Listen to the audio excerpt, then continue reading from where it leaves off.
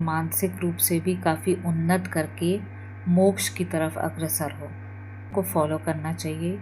शम दम उपरति तितिक्षा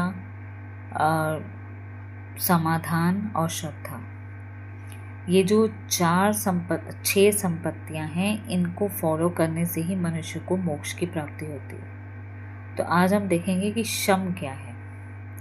शम का वैसे एक अगर नॉर्मल मीनिंग देखा जाए तो मन को कंट्रोल में करना ही शम है।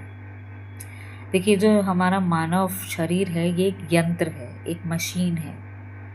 इस मशीन को कर्म में लिप्त करना मन का काम है। मन में जो भी अच्छे बुरे विचार आते हैं उसी हिसाब से हमारा ये जो यंत्र है, जो शरीर है, वो कर्म करता है। तो जो भी अच्छे बुरे कर्म हम अपने जीवन में करते हैं वो मन से ही होते हैं।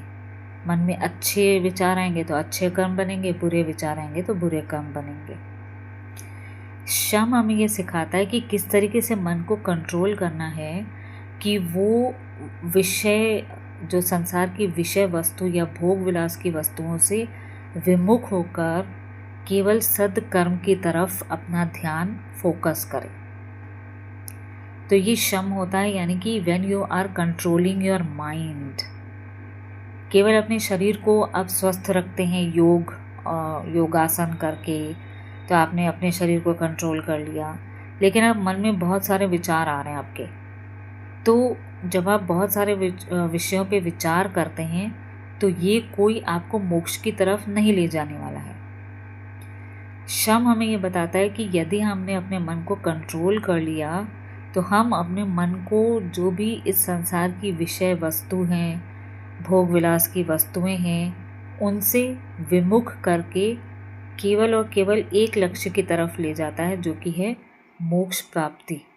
मोक्ष प्राप्ति का मार्ग जब हम चुनते हैं और हम अपने मन को कंट्रोल करते हुए उसी राह पे ले जाते हैं, तभी जाके हमें मोक्ष का साधन प्राप्त होता है और तब हम ईश्वर के सामीप्य को अनुभव करते हैं।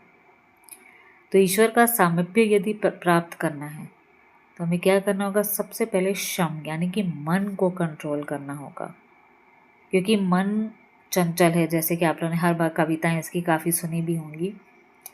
तो मन को अपने वश में करना ही सबसे बड़ी इम्पॉर्टेंट चीज़ है। फर्स्ट यानी प्राथमिक जो आपको उपचार करना है वो ये है कि अपने मन को आप अपने वश में रखें, जिससे कि हमारा ये जो यंत्र है, जो हमारा जो शरीर है, वो केवल और केवल सद्कर्म कर सके। क्योंकि हमारा शरीर